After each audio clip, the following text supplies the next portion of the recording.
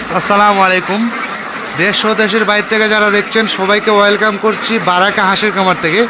আশা করি সবাই সুস্থ আছেন, ভালো আছেন। প্রিয় বেশ, আজকে আমরা দেখানোর চেষ্টা করব সম্পূর্ণ নতুন ডিমে আসা হাঁস। এই হাঁসগুলো অসংখ্য যে হাঁস দেখতে পাচ্ছেন, এই হাঁসের বয়স সম্পর্কে আজকে আলোচনা করব।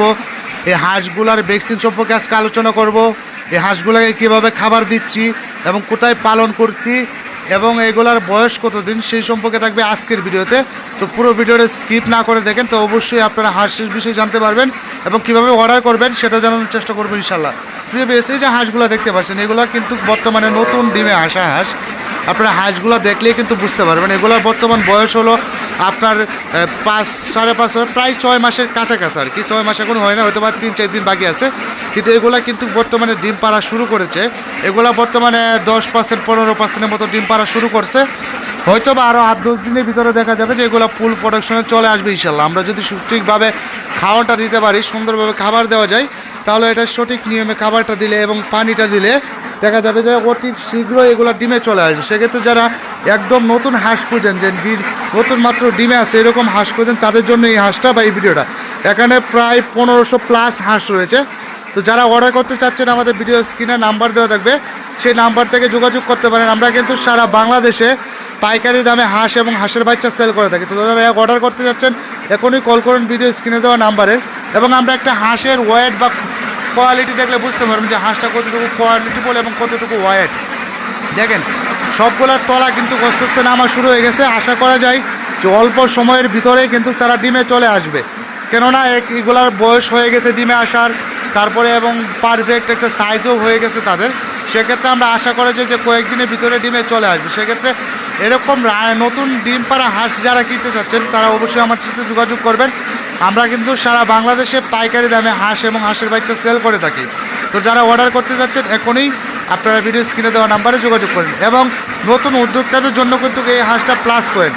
যারা নতুন উদ্যোক্তা রয়েছেন তারা যদি আপনারা এখন এই হাঁসটাকে নিয়ে খামার শুরু করেন, অবশ্যই আপনারা লাভবান হবেন।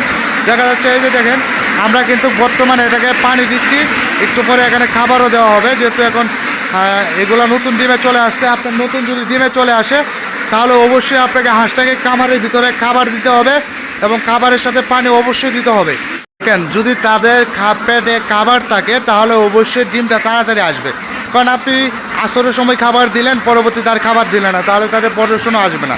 সেক্ষেত্রে আপনার কী প্রয়োজন হবে, আপনার খামারের ভিতরে যখন নতুন ডিমগুলা হাঁসগুলা ডিমে আসা শুরু করবে, তখন আপনার প্রয়োজন খাবার দিতে হবে পর্যাপ্ত পরিমাণ।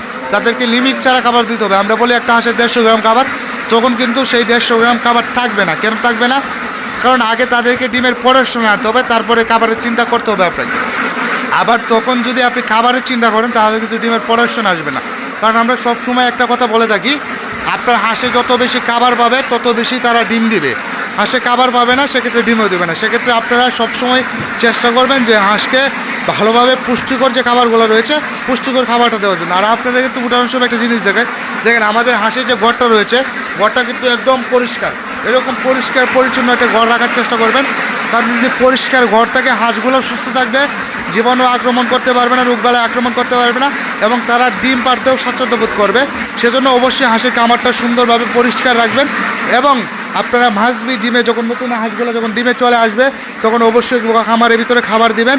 এবং খাবার দেওয়ার টাইমটা হলো আপনারা সন্ধ্যাবেলা না দিয়ে 10টা-11টার দিকে খাবারটা দিবেন, যাতে সেই খাবারটা খাওয়ার পরে, কারণ একটা হাঁস ডিম পাড়ে দেখা যায় মেজবি শেষ সাইজে ডিম পাড়ে, যখন সকালে ভোরে আলোটা ফোটার আগে কিন্তু তারা ডিমটা পারে। সেক্ষেত্রে আমি যদি তাদের পর্যাপ্ত পরিমাণ খাবার তাকে পেড়ে, তাহলে ডিমটার প্রোডাকশনে ভালো আসবে। সে কারণেই আপনি রানিং ডিম পাড়া হাঁস হোক অথবা নতুন ডিমে আসা হাঁস হোক, সেই হাঁসটাকে মাছবি আপনারা খামারের ভিতরে খাবার দিবেন এবং চেষ্টা করবেন যে ফিট খাবারটা দেওয়ার জন্য। নতুন হাঁসগুলোকে ফিটগুলো যদি দেন তো তাড়াতাড়ি অবশ্যই অতি তাড়াতাড়ি তারা ডিমে চলে আসবে।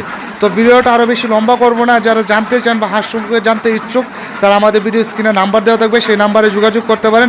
আমরা সারা বাংলাদেশে পাইকারি দামে হাঁস এবং হাঁসের বাচ্চা সেল করে যাচ্ছি। তো ভালো থাকুন, সুস্থ থাকুন, এই কামনা নিয়ে শেষ করছি আজকের ভিডিও।